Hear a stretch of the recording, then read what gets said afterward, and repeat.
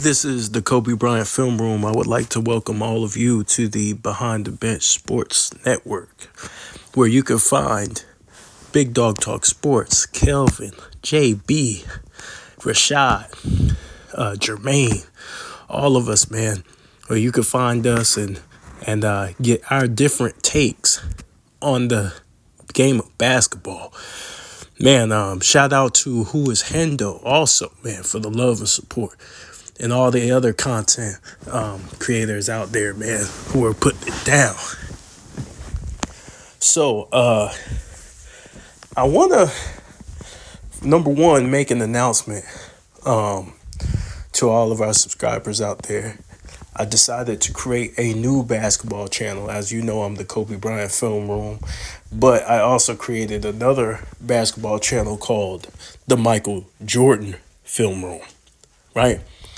And I wanted to honor Michael Jordan in a way, because I alternate between GOATs. I got Kobe and Mike up there. I just throw them up there.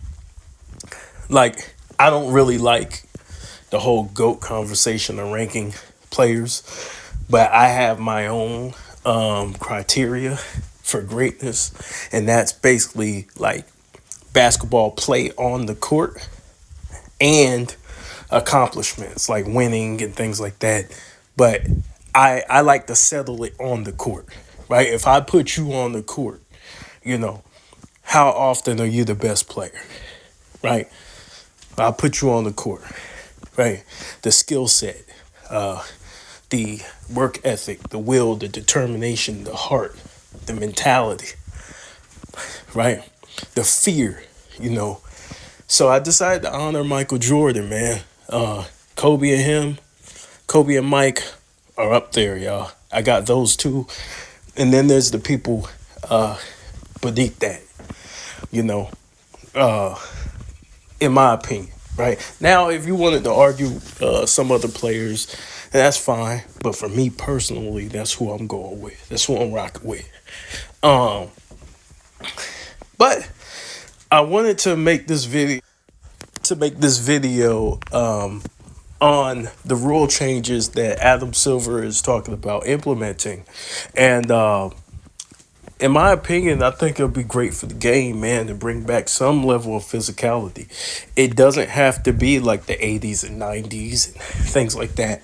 Look, like I've said before in my videos, right? The core of basketball and the heart of basketball is competition, right? And the way you increase competition is you have guys fight for it. Basically, defense is the fight, right? Defense is the fight. So on defense, I could be a role, listen, I could be a role player, make an impact defensively, right? And be competitive. If you look at the Pat Beverly, you look at the Dillon Brooks, you look at multiple other guys like that who make their name and their bones off defense. But the problem is there's not many of them, like a Jose Alvarado, those guys, right? Grand Theft. Shout out to my boy Grand Theft out there competing. We need more of those guys in the league, in the NBA, who hang their hat on the defensive end, because that brings out the best in our star players. We get to see those chest-to-chest dunks more, right? We see them now with some of the freak athletes that we have in the league, such as your John Morants, your Anthony Edwards. We see them now, but we want more of that, right? We want more of them chest-to-chest poster dunks, man. We used to see crazy poster dunks back then, right? Just chest-to-chest. I'm not talking about just dunking with somebody in the vicinity. I'm talking about chest-to-chest, just leaping over people. You know what I mean? Like that type of stuff. Having a rim protector down there like a Mutombo, a Alonzo Mourning. I remember when Vince Carter dunked on Alonzo. You know what I mean? He did that leaning dunk to the side, caught that thing back, and slammed over that to me is exciting, right? That's more exciting than two guys trying to meet each other, run to each other in the paint. Like, nah, I want to be able to stand right there, right? Stand right there. And he's camping in the lane. He's waiting on that block. And he just get that shit punched on him. You know what I'm saying? I like stuff like that. The tenacious defensive play of like a Gary Payton or a Jason Kidd on that perimeter. Guys is just able to reach a little bit more and gamble a little bit more. Listen, that's what made Michael Jordan Michael Jordan. He was able to gamble a little bit on defense. You know what I mean? Not not saying that you should just be allowed to reach, but you shouldn't get penalized for bumping the guy a little bit. You know what I mean? And that'll reduce the amount of points, and that'll separate the elite players from the good players. The greats will be greats. I think that we have created an atmosphere where we have really good players, borderline great players, putting up great numbers. And borderline all-stars shouldn't be putting up great numbers. They should be putting up good numbers, right? So we need that to be reflected, because now, take away some of them open shots. Now, how do you get your three off? Right? How do you get your three off now? You got to pull off some stuff, right? And that's what Kobe and Jordan did. Was they completed and did the impossible and shocked the world. And that's why we fell in love. A lot of us fell in love with the game, an Allen Iverson type player, right? No matter how many trees were in the lane, he figured out a way to score. He would throw that thing up high, so nobody could come over and those bigs couldn't smack his shit. You know what I mean? So physicality is going to determine how long players play, right? Because with physicality comes incidental contact, more incidental contact, right?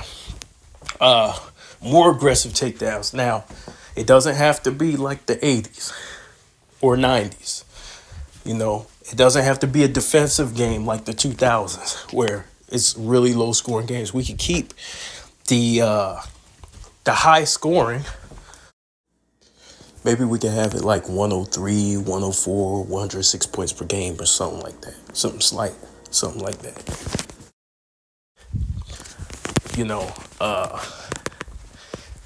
It doesn't need to be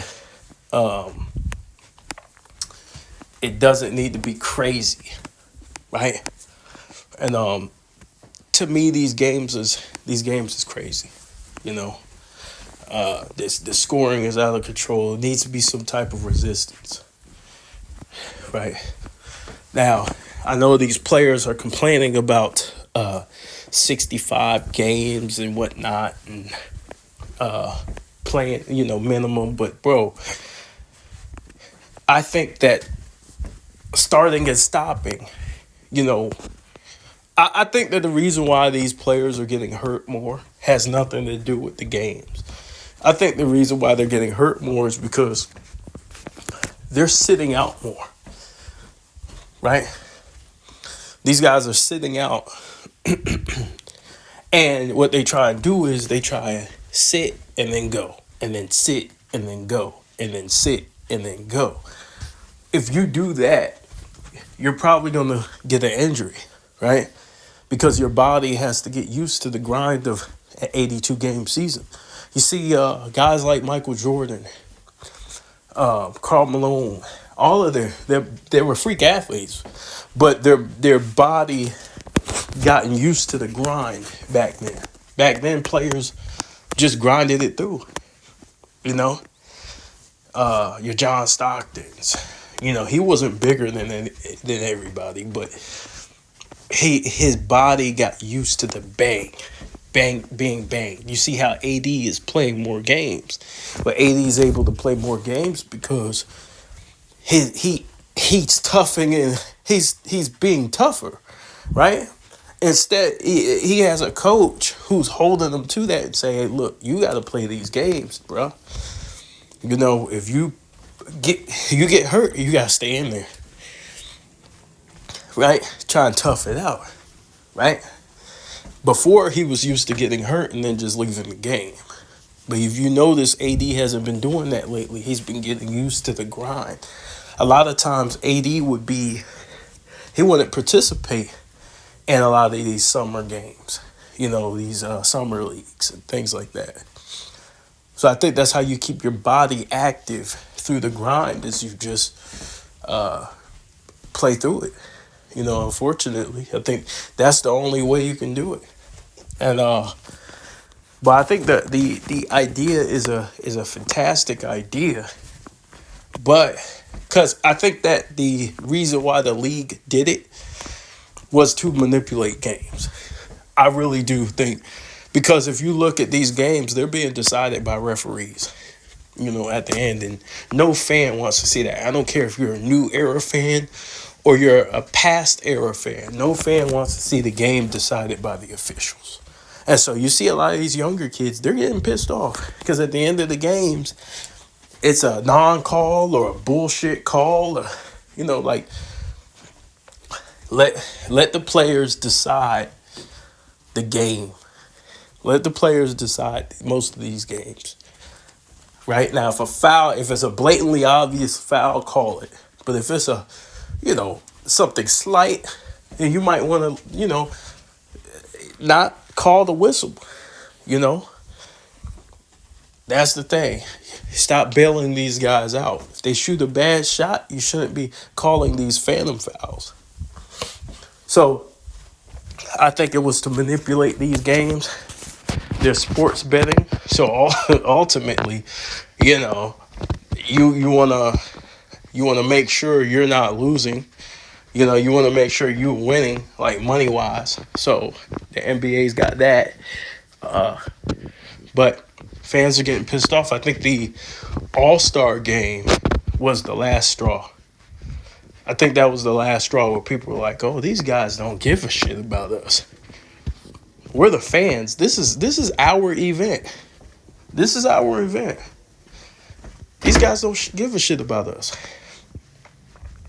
And so, I also think the lack of having veterans have hurt the game too. A lot of these locker rooms, they're very young teams trying to figure it out for themselves, and veterans give them that toughness to where, hey, you're gonna play through this. You're playing the night, right? You're playing the night. That's what a veteran does. Hey, we're gonna stay in bounds, and guess what? You going to the club? I'm going to the club with you. Make sure these guys don't get in trouble. Give these guys advice. All the young players need advice on how to deal with the NBA lifestyle and different life hacks with the NBA. But the rule change in it of itself, I think it's good that he's thinking about that. But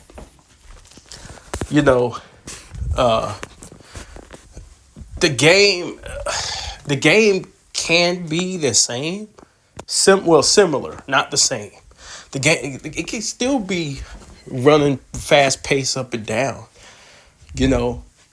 Like the 80s, right? Because right now we're at a 60s pace. We're not even at the 80s pace. We're at like a 1960s pace. If we could get it to that 1980s pace, then we're going to separate the real from the fake. And I think that's what basketball is about. People want to see true greatness. You'll be able to find somebody, because players adapt. You'll be able to find somebody to become the next Mike, Kobe, LeBron, guys like that. You'll find somebody. Somebody's going to come out of nowhere and people are going to have to adapt. And now, the Europeans, this might affect them just because of the style they play. This might affect them a little bit. Guys like James Harden, guys who aren't super athletic, like the D'Angelo Russells and those guys who kind of rely off of manipulation. Guys like Austin Reeves, they rely on getting those calls, right? But again, back in the day, those guys were role players, and I mean by every definition of the word, you know. Now they're skilled and they're putting up what 15 something a game, you know. But we got B.J. Armstrong like players looking like superstars, man. So something's got to be done, right? We need more skilled play. Where you're at the park and you're working on your game, you become better with the physicality. You start adapting. When you get beat up and stuff, you're saying, okay, if he lean on me this way, I'm going to go this way. Or, oh, this dude's bumping me. Let me use his momentum against, let me brace for contact and be able to finish through contact. A lot of these guys are looking for the referees. And that's a bad thing. You're not supposed to be looking for the referees every time you think you should get a call.